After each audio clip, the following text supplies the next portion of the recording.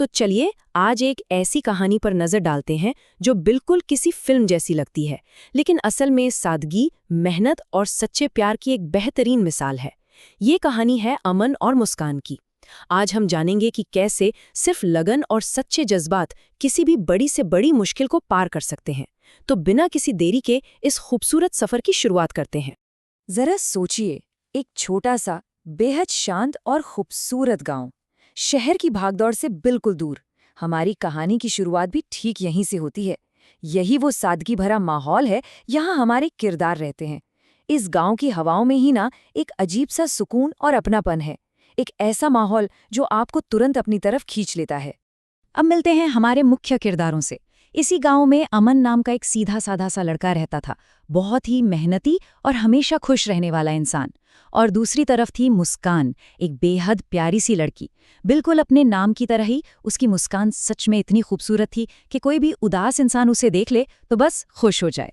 दोनों का स्वभाव ही ऐसा था कि हर कोई उनकी तरफ आकर्षित हो जाए।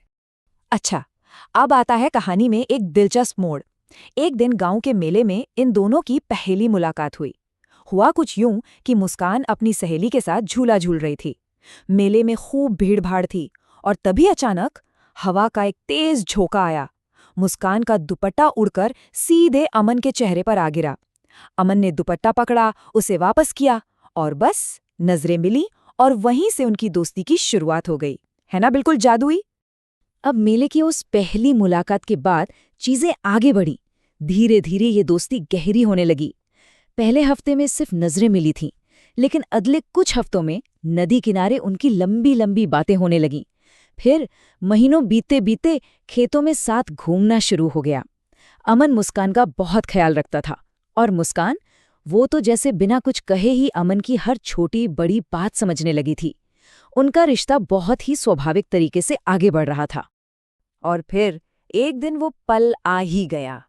अमन ने आखिरकार हिम्मत जुटाई और अपने दिल की बात कह डाली। उसने कहा, मुस्कान, जब तुम मेरे पास होती हो ना, तो लगता है जैसे दुनिया की सारी खुशियां मिल गई हैं। जरा सोचिए इस बात की गहराई को। ये कोई आम लाइन नहीं थी, बल्कि उसके सच्चे प्यार और उस गहरे लगाव का इजहार था जो वो महसूस करता था। तो इस पर मुस्कान का क्या जवाब रहा होगा? उसने भी शर्माते हुए कहा, अमन, मैं भी तुमसे बहुत प्यार करती हूँ। और बस उस एक पल में उन दोनों के लिए दुनिया में सब कुछ बिल्कुल सही हो गया था। दोनों बेहद खुश थे और उनकी आंखों में एक साथ जिंदगी बिताने के बहुत सारे प्यारे प्यारे सपने थे। लेकिन हम सब जानते हैं कि कोई भी अच्छी कहानी बिना किसी मुश्किल के पूरी नहीं होती। यहाँ भी एक बड़ी चुनौती आ खड़ी हुई। मुस्कान के घरवाले उसकी शादी शहर के एक बहुत ही अमीर लड़के से कराना चाहते थे।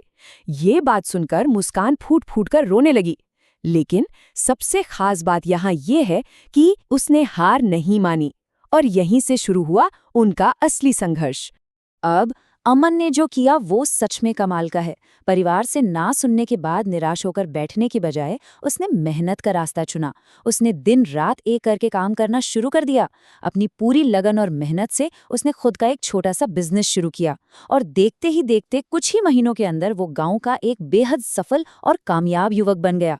ये होता है असली जज्बा। और इसका नतीजा क्या हुआ? जब मुस्कान के परिवार वालों ने अमन की इस अटूट मेहनत और मुस्कान के प्रति उसके सच्चे प्यार को देखा, तो उन्हें भी मन न पड़ा। फिर क्या था, पूरे गांव में ढोल नगाड़ों की गूंज उठी।